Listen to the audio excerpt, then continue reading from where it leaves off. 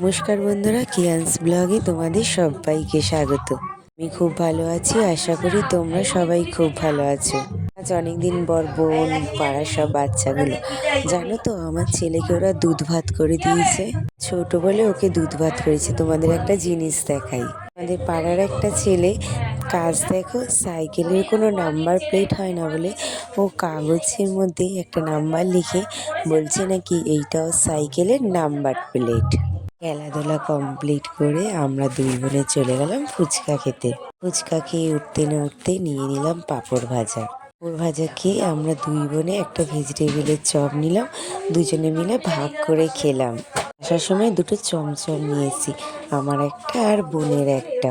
চমচম খেয়ে উঠতে না উঠতে পিঠটা মনে হলো যেন ঠিক ভরল না, তাই আমরা বাড়িতে বানিয়ে নিলাম এগ রোল। মা ময়দা মেখে দিলে আমি পরোটাগুলো ভেজে নিলাম।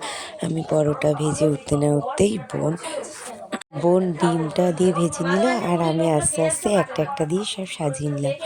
এখন শশা নেই বলে, আর শশাগুলো শীতের শশাগুলো একটু তেতো হয় বলে, তাই গাজর দিয়ে দিলাম।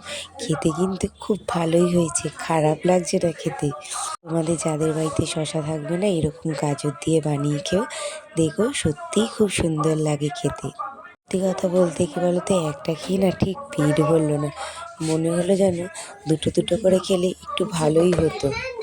আজকের মতো ভিডিও এইটুকুনি থাক, কাল আবার দেখা হবে। ততক্ষণ তোমরা ভালো থেকো, সুস্থ থেকো আর সাবধানে থেকো। আমার ভিডিও যদি তোমাদের ভালো লাগে প্লিজ লাইক আর সাবস্ক্রাইব করতে ভুলো না।